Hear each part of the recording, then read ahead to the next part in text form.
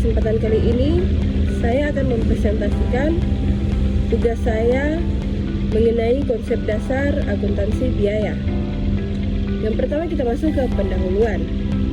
Perusahaan memerlukan data biaya yang tepat agar dapat menghitung harga pokok produksi secara akurat. Akuntansi biaya membantu mengidentifikasi, menggolongkan, dan menilai setiap pengeluaran produksi. Dengan memahami konsep dan metode penentuan biaya, manajemen dapat mengendalikan pengeluaran serta menentukan harga jual produk secara tepat. Sekarang kita masuk ke materi yang pertama, yaitu pengertian biaya dan beban. Biaya atau cost adalah pengorbanan sumber ekonomi atau uang, tenaga, waktu, atau sumber daya lain yang diukur dalam satuan uang untuk memperoleh barang atau laba dengan tujuan memperoleh manfaat di masa depan. Jadi teman-teman, kalau kita bicara soal biaya, bayangkan seperti ketika perusahaan membeli bahan baku atau peralatan. Uang yang dikeluarkan itu belum langsung dianggap hilang, karena barang atau jasa yang dibeli masih bisa dipakai untuk menghasilkan keuntungan di masa depan. Jadi biaya ini masih punya nilai atau manfaat yang bisa dipakai lagi, semacam investasi untuk proses produksi berikutnya. Berikutnya, beban atau expense adalah biaya yang sudah dikonsumsi atau habis digunakan untuk menghasilkan pendapatan dalam suatu periode akuntansi. Beban adalah biaya yang sudah benar-benar dipakai habis dalam periode berjalan. Contohnya seperti gaji karyawan bulan ini atau listrik yang dipakai untuk menjalankan mesin. Manfaatnya sudah dirasakan sekarang dan langsung mempengaruhi pendapatan periode tersebut. Perbedaan utamanya, biaya masih memiliki potensi manfaat di masa depan atau aset, sedangkan beban manfaatnya sudah habis pada periode berjalan. Jadi intinya, biaya bisa dibilang masih menunggu giliran untuk dipakai, sedangkan beban adalah biaya yang manfaatnya sudah selesai dinikmati dan harus dicatat sebagai pengurang pendapatan. Materi yang berikutnya adalah penggolongan biaya. Penggolongan biaya di sini dibagi menjadi 3. Yang pertama dikaitkan dengan produk. Pengelompokan biaya yang berhubungan dengan produk dalam perusahaan dapat dibagi menjadi: yang pertama, biaya manufaktur, seluruh biaya yang timbul dalam proses produksi. Ini semua pengeluaran yang muncul selama proses membuat barang, mulai dari pembelian bahan baku, upah tenaga kerja di pabrik, sampai biaya pemakaian mesin dan listrik selama produksi. Pokoknya segala hal yang terjadi di dalam pabrik agar produk itu jadi. Yang kedua adalah biaya komersial. Biaya yang berhubungan dengan kegiatan pemasaran dan penjualan produk. Setelah barang selesai dibuat, perusahaan butuh biaya untuk memasarkan dan menjualnya. Misalnya biaya promosi, iklan, distribusi, gaji tim marketing, sampai biaya transportasi untuk mengirim barang ke konsumen. Semua pengeluaran yang mendukung produk sampai ke tangan pembeli masuk ke kelompok ini. Jadi singkatnya, biaya manufaktur fokus pada proses pembuatan barang, sedangkan biaya komersial fokus pada proses membawa barang itu ke pasar. Yang berikutnya adalah penggolongan biaya berdasarkan sesuatu yang dibiayai. Biaya dapat dikategorikan menurut keterkaitannya dengan objek yang dibiayai, yaitu yang pertama biaya langsung atau direct cost. Biaya yang dapat diidentifikasi dan dibebankan langsung pada produk atau kegiatan tertentu. Nah, pertama ada biaya langsung. Ini adalah biaya yang bisa kita lacak dengan jelas ke produk atau bagian tertentu. Contohnya, bahan baku untuk membuat meja atau upah pekerja yang khusus membuat meja tersebut. Biaya ini mudah dihitung karena kita tahu persis untuk produk mana uang itu dipakai. Berikutnya, biaya tidak langsung atau indirect cost. Biaya yang tidak dapat dihubungkan secara langsung dengan produk. sehingga memerlukan metode alokasi. Berbeda dengan biaya langsung, biaya ini tidak bisa ditelusuri ke satu produk saja. Misalnya listrik untuk seluruh pabrik, gaji mandor, atau biaya perawatan gedung, karena manfaatnya dirasakan oleh banyak produk sekaligus. Biaya seperti ini biasanya dibagi atau dialokasikan dengan metode tertentu agar setiap produk mendapat porsi yang adil. Jadi singkatnya, biaya langsung punya alamat yang jelas ke produk tertentu, sedangkan biaya tidak langsung harus dibagi-bagi karena digunakan oleh beberapa produk atau aktivitas bersama. Kemudian yang berikutnya, penggolongan biaya berdasarkan perilaku. Klasifikasi biaya juga bisa dilihat dari perilakunya terhadap perubahan volume aktivitas yang meliputi biaya variabel atau variable cost. Jumlahnya berubah seiring naik turunnya volume produksi. Biaya ini naik atau turun sesuai dengan banyaknya barang yang diproduksi. Misalnya, semakin banyak produk yang dibuat, semakin banyak pula bahan baku dan tenaga kerja yang dibutuhkan. Jadi, biayanya ikut bertambah. Sebaliknya, kalau produksi berkurang, biaya ini juga akan turun. Yang berikutnya ada biaya tetap atau fixed cost. Jumlahnya relatif, konstan meskipun volume produksi berubah. Jadi, sesuai namanya, biaya ini jumlahnya tetap sama walaupun produksi naik turun. Contoh yang paling mudah seperti sewa gedung atau gaji karyawan tetap. Mau produksi banyak atau sedikit, angkanya tetap harus dibayar setiap periode. Yang terakhir, biaya semi variabel atau semi variable cost.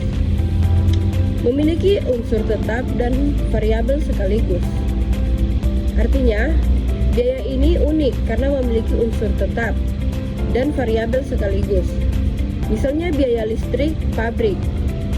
Ada biaya minimum yang harus dibayar setiap bulan atau bagian tetap. Tapi kalau pemakaian listrik meningkat karena produksi lebih tinggi, tagihannya juga ikut naik atau bagian variabel. Jadi biaya variabel berubah seiring aktivitas, biaya tetap selalu sama, dan biaya semi variabel berada di tengah-tengah dengan gabungan keduanya. Materi yang berikutnya yaitu metode penentuan biaya produksi. Penentuan biaya produksi adalah proses menghitung seluruh unsur biaya yang terlibat dalam pembuatan produk. Dalam menghitung biaya produksi, perusahaan perlu tahu berapa besar pengeluaran yang benar-benar terjadi untuk menghasilkan satu produk. Proses ini penting supaya harga jual bisa ditetapkan dengan tepat dan keuntungan bisa diprediksi. Ada dua cara utama yang bisa dipakai. Yang pertama, full costing, menghitung seluruh biaya produksi baik yang bersifat tetap maupun variabel. Full costing dalam metode ini, harga pokok produksi mencakup seluruh komponen biaya seperti yang pertama bahan baku, tenaga kerja langsung, overhead pabrik variabel, dan overhead pabrik tetap. Semua elemen tersebut dijumlahkan untuk memperoleh total biaya produksi. Metode full costing bisa dibilang sebagai cara perhitungan yang paling lengkap, karena semua jenis biaya produksi dimasukkan ke dalam harga pokok.